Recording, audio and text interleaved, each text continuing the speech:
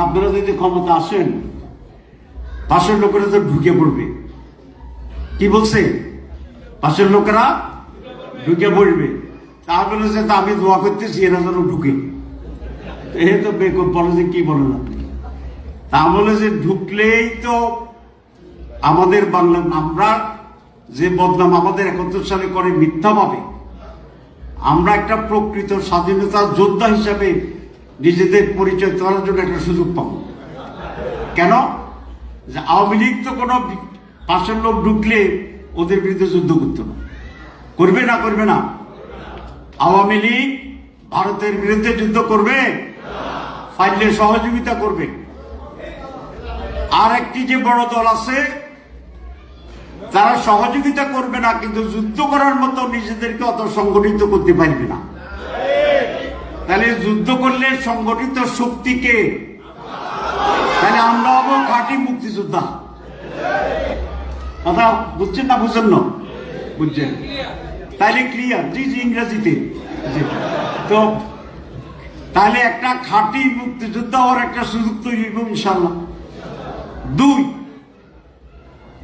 আমরা কমপক্ষে 5 মিলিয়ন যুবকেরা তো ভারতের বিরুদ্ধে স্বাধীনতা যুদ্ধে আসবে। কি বলেন?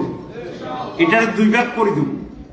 1 ভাগ গেরিলাতে যাইব, ঘোড়াতুন নামলেই লাঠি দিয়ে ধরব।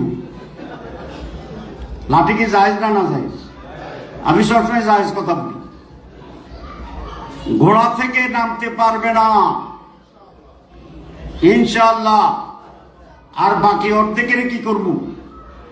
ওটা নিয়ে আরো বিস্তৃত বিস্তৃত বিস্তৃত জায়গায় চলে যাব।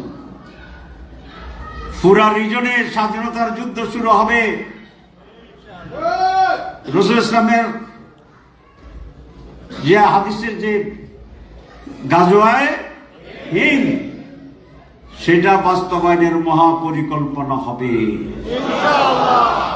ঢুকলে ভালো না খারাপ? আরে ভালো কেন? ভালো না খারাপ বলেন? ভালা বলেন। ভালা কি বলেন? ভালা। খারাপ তো হইবে এই জন্য যদি আপনি দেখে ভয়ে ফালাইয়া দৌড়াইয়া বঙ্গোপসাগরে ফড়ি যান, তারপরে যাবেন কোনা নেই। ফড়ি তো পাবেন যে যাবেন, তো যাইতে জন্য মাঝখানে ডুববেন। তো ডুবাচ্ছে আমরা ইনশাল্লাহ দাঁড়াবো। কোন শক্তির পক্ষে বাংলাদেশে গ্রাস করে টিকে থাকার সেই পরিস্থিতি ইনশাল্লাহ হবে না, হইতে দেওয়া হবে না, হইতে দেওয়া হবে। ভয় পাইয়েন না। শেষ কথা।